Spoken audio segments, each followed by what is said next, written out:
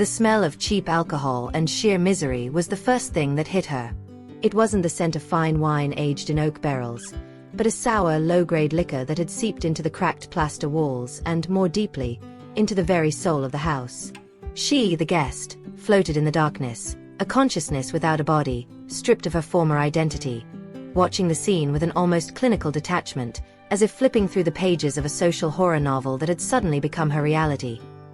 The little girl, Zhinian, or just Nian Nian, was huddled in the darkest corner of the room. Her knees were pressed tight against her chest, and her large empty eyes were fixed on the man stumbling nearby. The aluminum mug, which had held the bitter liquid moments before, now lay on the cold cement floor, its dark residue spreading like a stain of guilt and neglect. "Uncle, I need a bottle of wine." Nian Nian's voice was a mere whisper, completely devoid of any childish lilt, a broken sound that carried the weight of a lifetime of hardship and reversed responsibilities. At the small convenience store, the owner, a man with a tired face and calloused hands, responded with his usual reprimand, a defense mechanism against his own helplessness. "Next time, make your father come buy it.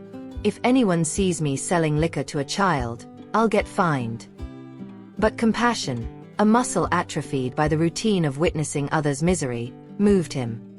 He held out a piece of bread, a small gesture, but in Nian Nian's world, it was a crumb of hope, a fleeting acknowledgement of her humanity. "Here. Take this to eat." The guest felt a sharp pang, a residue of emotion that wasn't hers, but was the girl's legacy. Nian Nian's life was a textbook tragedy, a painful cliché. The beautiful, obedient child, the drunken, gambling father. A cruel doubt, a recurring thought in the girl's mind, echoed in the guest's consciousness. "I'm still so young. I go hungry every day and still get beaten. I don't even know if I'm really their daughter." The return to the shack set the stage for the final act. The man, Song Guoqing, woke from his alcoholic stupor, fury blazing in his bloodshot eyes. "You brat. You dared to steal my money to buy bread." Nian Nian's denial was useless. The truth was irrelevant. Violence was the only language he knew, the only way to exert his failed power. The blow came, dry and brutal, a hollow sound that was swallowed by the silence of the night. And then, silence. The silence of death, of utter exhaustion. The guest felt the fusion, the invasion. Nian Nian's consciousness, fragile and spent, detached itself, like a hot air balloon rising to a sky that didn't belong to her. The voice, irritatingly shrill and digital, belonged to System 0517, Dogdan. "Host. Did you see that? The fake true daughter, Zhinian, is already dead. Your task is to replace her body." The guest, now trapped in Nian Nian's body, felt the searing pain, the broken, feverish child's body. The mission was clear and grotesque. Continue to be mistreated by the adoptive parents. For 15 years. Until being found by the biological parents. And then continue to self-sabotage. And frame the popular protagonist, Song Jiaojiao, thus being abandoned by the biological parents. And tragically dying on the street. The guest, who in her previous life had been a scholar of logic and philosophy, felt a shiver of revulsion. The mission was a cruel parody, a cheap melodrama script. Dogdan. Why is Nian Nian's ending so tragic? The system's reply was the cold indifference of programming. "Oh. The system is configured that way." The guest looked at the body she now inhabited. The bruises, the old scars, the thinness. The body of a child who had died from sadness and violence. "Don't go. Go back to your real parents. Be spoiled. Without being beaten." Nian Nian's voice, a ghostly echo, was a lament. The guest felt the overwhelming responsibility. She couldn't save Nian Nian's soul, but she could save the body, and perhaps, rewrite the destiny. "I'm sorry, sister. Nian Nian thinks this is good. I'm not hungry. It doesn't hurt anymore." The guest was now Zhinian. And she would not be the villain. The first action was purely logical, devoid of any emotion. The body was injured. The pain was a constant white noise that threatened to drown out thought. Host, your task now is to find the first aid kit. Oh, there is no first aid kit. Look for a tissue to bandage yourself. Dogden's voice was an annoying buzz, a low-quality video game soundtrack. The guest ignored it. She didn't need a system to tell her the obvious. What she needed was a long-term strategy. The man, Song Guoqing, was snoring on the floor, the broken bottle beside him. The guest, with the precision of a surgeon, moved. The body was weak, but the mind was sharp, a scalpel of logic in the chaos. Host, now is the time to do the mission, not to call the police. You are too loud, dog. I am a system. How can the host shut me up? That makes no sense. The guest didn't answer. She picked up the man's cell phone, an old, dirty model. Her trembling finger dialed the emergency number. Hey, officer, I'm about to be killed. My father is drunk and hit me with a bottle. Come quickly, save me. The lie was a tool, and the guest used it coldly. Survival was the new mission. The police arrival was a whirlwind. The officer, a young, caring man, saw the child's condition. Little one, did you call the police? Were your injuries caused by your father? The guest, in Nian Nian's role, pointed to the man. My daddy is over there. Daddy is a big, bad man. Remember to get daddy. The scene that followed was chaos. Song Guoqing woke up, his fury redoubled. That hurts like hell, you little brat. How dare you hit me? I'm going to get you. The officer intervened. The guest, with a calculating mind, used the confusion to her advantage. Maybe I just dreamed it and hit myself. Could it really have been her who hit me? The doubt planted was the seed of her freedom.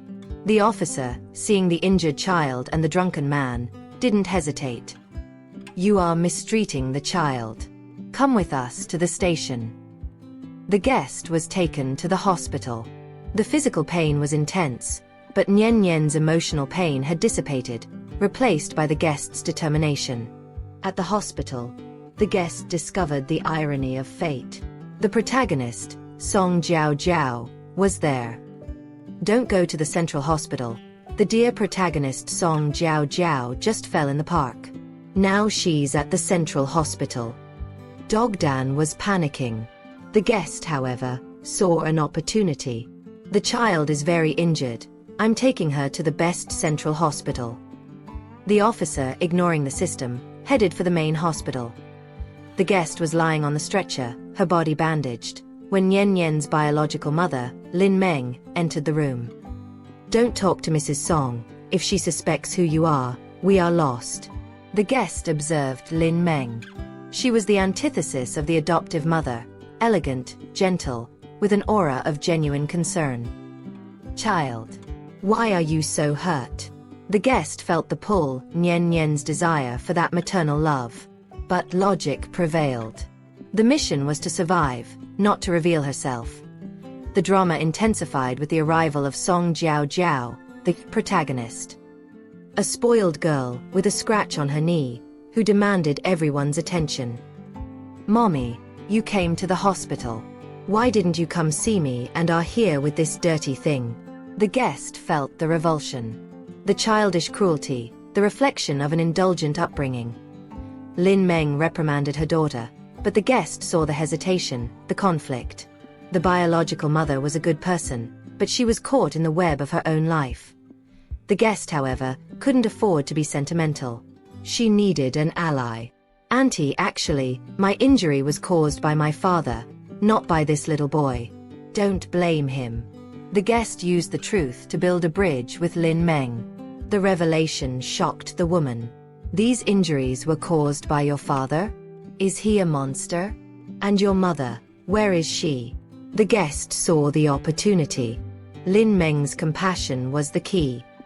The Song family will cover this child's medical expenses. That's all. Please, heal her. The guest had succeeded. She was safe, for now. The guest was back at the shack, her body still sore, but her mind clear. The adoptive mother, Yi Hong, had been detained for a week.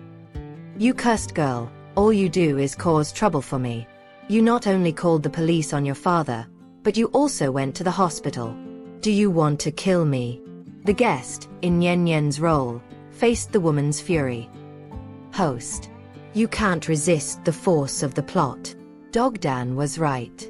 The plot was a gravitational force, pulling her into the role of the victim. But the guest had a plan. She wouldn't be the villain, nor the victim. She would be the survivor and the architect of her own happiness. "I saw that Song Jiao also has this on her arm. Mom, I am your daughter. If she died, she died. What does that have to do with us?" The guest used Song Jiao's cruel phrase to shock Dogdan. "You. What if, accidentally, Mrs. Song sees this? What would happen?" The guest had found the system's weakness, the fear of being discovered. "Enough. I was caught by a little devil like you to be a host. Tell me, what do you want me to do?" The guest smiled, a small, cold smile on Nian Nian's bruised face. "Alert the police and take Nian Nian back to the hospital. Nian Nian is still in pain." The guest had made her choice. She would not follow the script. She would use logic, intelligence, and a growing sense of self-worth to rewrite the story. The police returned, alerted by Dogdan. The guest, in Nian Nian's body, was safe. The happy ending. The guest, now fully embracing her role as the new Song Zhinian, used the evidence of abuse and the system's fear of exposure to secure her freedom. Lin Meng, the biological mother, deeply moved by the child's quiet strength and the shocking truth about her adoptive family, took a stand. The legal battle was swift. The Song family, realizing the depth of the tragedy and the injustice, used their influence not to cover it up, but to ensure Nian Nian's safety. Lin Meng, driven by a mother's instinct she hadn't known she possessed, fought for custody. Nian Nian was adopted by Lin Meng and her husband. The system, Dogdan, was forced to adapt. Its original tragic mission was overridden by the host's sheer will and logical maneuvering. Instead of self-sabotage, the new mission became, achieve a life of fulfillment and happiness, inspiring others along the way. Nian Nian's life was no longer a tragedy. It became a story of redemption, healing, and triumph. She grew up in a loving, supportive home, excelling in her studies and eventually becoming a renowned academic, just like the guest's former self, but with a deep, compassionate understanding of human suffering. The echo of Nian Nian had become the powerful, clear voice of a woman who chose her own destiny. And the annoying system, Dogdan, became her quirky, loyal assistant, constantly learning the true meaning of a successful mission. A life well lived. The end.